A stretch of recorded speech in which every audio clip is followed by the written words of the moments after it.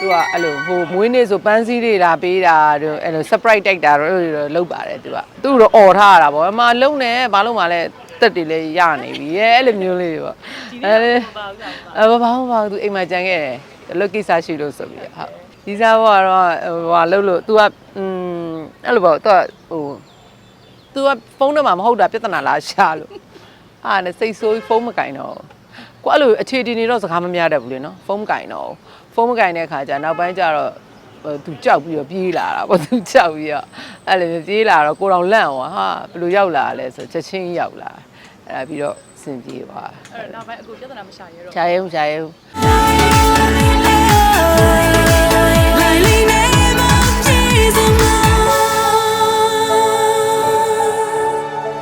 ကန်ကောင်းချင်းတစ်ခုကိုဝစ်စင်နိုင်မယ်ဆိုတင့်တယ်တာလိုင်းလေးစိမ်ပဲပေါ့character ကတော့ဟို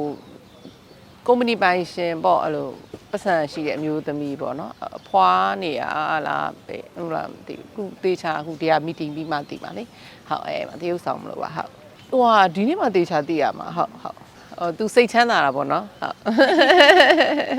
သူစိတ်ချမ်းသာတာပေးတာပေါ့သူကတော့အကုန်လိုက်လို့ပြီးရဟုတ်အဲ့လိုမေးတာတော့ဟုတ်ပါတယ်သူအဲ့လိုအမြဲတမ်းမေးတယ်အဲ့လိုအဲ့လိုဟိုလူတွေကအဲ့လိုအရန်သဘောကျတယ်ဆိုတော့လေကျေးဇူးတင်ပါတယ်ဟုတ်ကိုတိုင်းရော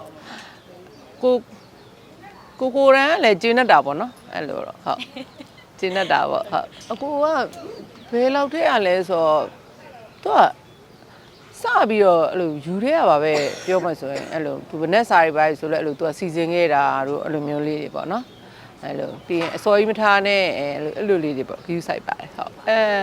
ပြောလို့ရပါတယ်သူကအဲ့လိုဟိုမွေးနေ့ဆိုပန်းစည်းတွေလာပေးတာတို့အဲ့လို surprise တိုက်တာတို့လုပ်ပါတယ်သူကအဲ့လိုပေါ့သူကအဲ့လိုမျိုးလေးတွေပေါ့သူ့တော့អော်ထားရတာပေါ့အမလုံနေဘာလို့မှလဲတက်တွေလည်းရနေပြီရဲ့အဲ့လိုမျိုးလေးတွေပေါ့ဘာသူအိမ်မှာကြံခဲ့တယ်လုတ်ကိစ္စရှိလို့ဆိုပြီးဟုတ်surprise တိုက်တော့ဘာမှမပြောအဲ့လိုतू လှုပ်ချင်တာ तू ကလှုပ်တာပဲလှုပ်ပြီးရင်အဲ့လို तू ဟိုမုတ်တွေဝယ်လာပန်းစည်းတွေဝယ်လာကိတ်တွေဝယ်လာအဲ့လိုပေါ့လက်ဆောင်တွေဝယ်လာအဲ့လိုမျိုးလေးတွေတော့လှုပ်ပါတယ်ဟုတ်ပြောဘယ်လိုပြောပါတယ်ဟုတ်ဘယ်လိုပြောရွှင်ရတာပေါ့နော်အဲ့လိုဟိုစိတ်ညစ်စရာလည်းမရှိဘူးကြောက်စရာလည်းမရှိဘူးအဲ့လိုပေါ့နော်အဲ့လိုဘဝလေးနဲ့ तू ထားရတာပေါ့အဲ့လိုမျိုးတစ်ခုဆိုရင်လည်းဘာမှမပူနဲ့ तू လှုပ်ပေးမယ်အကုန်လုံးပေါ့အစစရဟုတ်အဲ့ဒါရီးစားဘဝရီးစားဘဝတော့ဟိုလှုပ်လို့ तू ကအဲ့လိုပေါ့ तू ကဖုန်းထဲမှာမဟုတ်တာပြဿနာလားရှာလို့အားနဲ့စိတ်ဆိုးဖုန်းမကင်တော့ကိုအဲ့လိုအခြေတည်နေတော့စကားမများတတ်ဘူးလေနော်ဖုန်းမကင်တော့ဖုန်းမကင်တဲ့အခါကျနောက်ပိုင်းကျတော့သူကြောက်ပြီးတော့ပြေးလာတာပေါ့သူကြောက်ပြီးတော့အဲ့လိုပြေးလာတော့ကိုတော်လန့်သွားဟာဘယ်လိုရောက်လာလဲဆိုချက်ချင်းရောက်လာ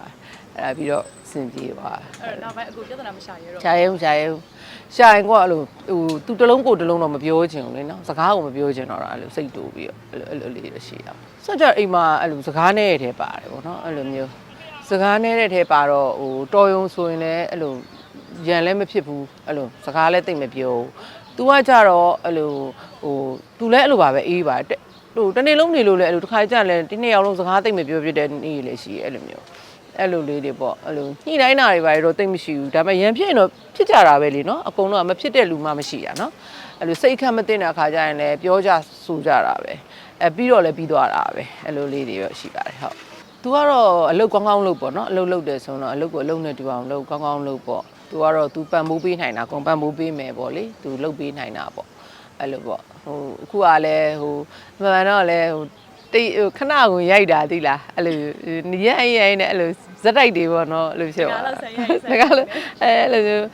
ကိုလည်းအရင်ကြီးလည်းမဟုတ်ပါဘူးအဲ့လိုယုံကြည်မှုလည်းအရင်ကြီးမရှိပါဘူးမရိုက်တာလည်းကြာပြီဆိုတော့လေအဲ့လိုမျိုးအဆင်ပြေပါမလားဆိုတော့ဟိုစိုးရင်လည်းစိတ်လည်းရှိရပေါ့နောက်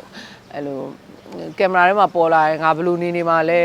အရင်တော့ရုပ်မှမဟုတ်တော့တာလေနော်အသက်ရှိလာပြီဆိုတော့အဲ့ဟာကိုလည်းနည်းနည်းပြန်ပြီးတော့ဟိုလောက်ရတာပေါ့အဲ့မှာတေးဥဆောင်တဲ့ခါကျတော့လေကိုတွေကကြာပြီလေနော်အဲ့လိုမျိုးဆိုတော့အဲ့ဒါပြန်ပြီးဒါမဲ့လည်းသူ့အနေနဲ့သူအဆင်ပြေသွားပါတယ်ဟုတ်အဲ့မှာရိုက်တာတော့တကားပေါ့နော်တကားရဲ့ဝင်ရိုက်ပေးတာပေါ့သူစားနေပြီးတော့မိုက်မှာရိုက်ပေးပါမဆုရဲ့ဒီကားမှာဘာညာဆိုတော့အဲ့နဲ့ကိုနေထက်နဲ့ပဲလေးဆိုတော့အေးရိုက်ပေးမယ်ဆိုရိုက်လိုက်ရောရိုက်တဲ့ခါနောက်